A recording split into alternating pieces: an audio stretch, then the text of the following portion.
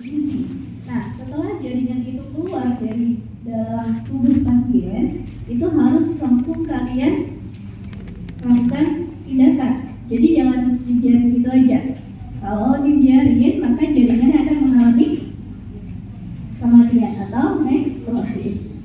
Nah, kemudian setelah itu kita mengisi formulir pemeriksaan. Ini adalah tahapan pra-analitik. Kemudian setelah tahap pra-analitik, kita lanjut ke tahap analitik, yaitu adalah tahapan processing sampai diagnosis di laboratorium. Jadi tahap analitik ini adalah tahapan di labnya seperti apa ya. Kemudian setelah itu kita lanjut ke tahapan pasca analitik. Di sini adalah tahapan penyampaian ekspertis dari dokter patologi anatomi sampai ke dokter klinik. Kenapa nggak langsung ke pasien? Oh, nggak bisa. Kenapa nggak bisa? Harus tunggu. Kenapa dari dokter PA kok nggak langsung ke pasien?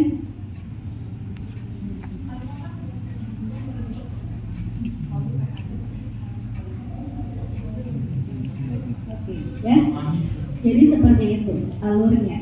Karena yang berhubungan, karena dokter PA itu tidak berhubungan langsung dengan pasien.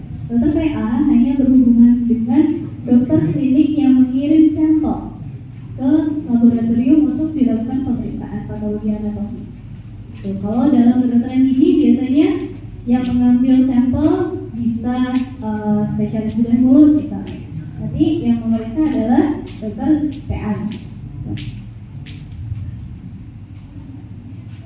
Paham ya? Jadi kalau tahap pra-analitik itu adalah tahapan pada saat kita awal menangani si sampel sampai kita membuat formulir pemeriksaannya. Setelah itu kita kirim ke lab.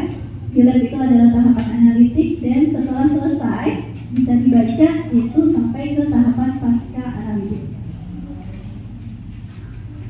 Oke, tahapan pra-analitik yang pertama ini adalah fiksasi. Tujuan dari fiksasi buat apa? Mencegah terjadinya autolisis. Jadi kan tadi setelah kita ambil sampel dari dalam tubuh, baik itu sampel sitologi ataupun sampel histopatologi, itu harus langsung segera kita lakukan fiksasi. Supaya apa tadi? Supaya tidak terjadi autolisis atau nekrosis. Karena yang kita harapkan, kita harapkan bahwa apa? Si sampel tadi itu benar-benar dalam kondisi yang sangat mirip pada saat berada di dalam tubuh. Karena fungsi kita awalnya, tujuan kita adalah untuk apa? Menegakkan diagnosis. Jadi kalau udah nekrosis artinya kondisinya udah berubah, ya kan? Sudah tidak sama lagi seperti kondisi ada di dalam tubuh. Makanya nggak boleh sampai terjadi nekrosis. Kemudian tujuan fiksasi lagi adalah untuk mempertahankan bentuk dan isi jaringan mendekati keadaan sebelum dilakukan fiksasi. Kemudian memungkinkan proses pengolahan jaringan berjalan dengan baik dan mempertahankan komponen jaringan atau sel, atau mengusahakan sedikit mungkin hilangnya molekul pada proses selanjutnya. Ya, jadi tahapan fiksasi ini adalah tahapan yang sangat penting pada saat pasca analitik. Karena kalau fiksasinya nggak benar, maka tahapan berikutnya itu juga tidak akan berjalan dengan baik.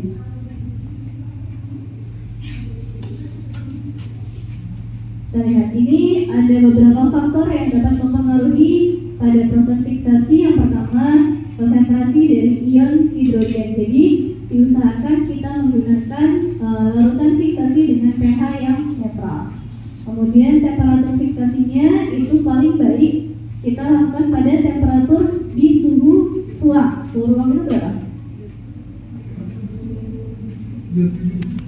Ya, 36 sampai dengan 37 derajat Celcius ya. Kemudian kemampuan penetrasi dari larutan fiksasinya. Ketebalan pemotongan itu paling baik ini 3 sampai dengan 4 mm. Konsentrasi larutan dan volume fiksasi. Oke, yang perlu kalian ingat, volume fiksasi ini 20:1. Artinya apa?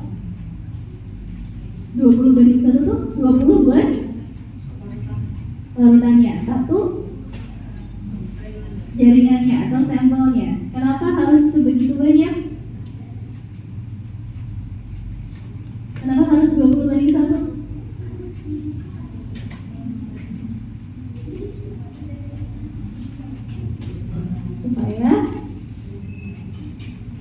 Supaya sampelnya itu terendam secara sempurna pada larutan fiksasi.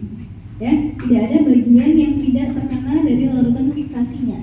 Makanya larutannya itu perbandingannya 20:1. Kemudian juga durasi fiksasi tidak boleh terlalu lama ataupun terlalu cepat. Jadi harus sesuai. Oke. Berikutnya adalah teknik fiksasi. Jadi yang paling sering kita gunakan itu adalah yang pertama, ini adalah fiksasi perendaman. Jadi larutan fiksasi, kemudian sampelnya langsung kita masukkan ke dalam larutan fiksasinya. Kemudian ada fiksasi perfusi, fiksasi uap, fiksasi pelapisan atau semprot, dan fiksasi potong beku atau frozen section. Ya. Nah, di sini ada beberapa macam larutan fiksasi yang bisa kita gunakan. Kalian lihat di sini ada fosfat butter formalin. Biasanya dilakukan untuk berapa? Biopsi. Jadi untuk pemeriksaan histopatologi, ya. Ingat, ini adalah butter formalin 10%. Biasanya ini kita gunakan untuk pemeriksaan histopatologi. Bisa nggak buat sitologi? Bisa, tetapi blok sel, ya. Metode blok sel. Kemudian ada alkohol 95%. Ini kita gunakan sebagai bahan fiksasi untuk pemeriksaan histologi. Kita pakainya alkohol absolut. Kalau buffer 10%.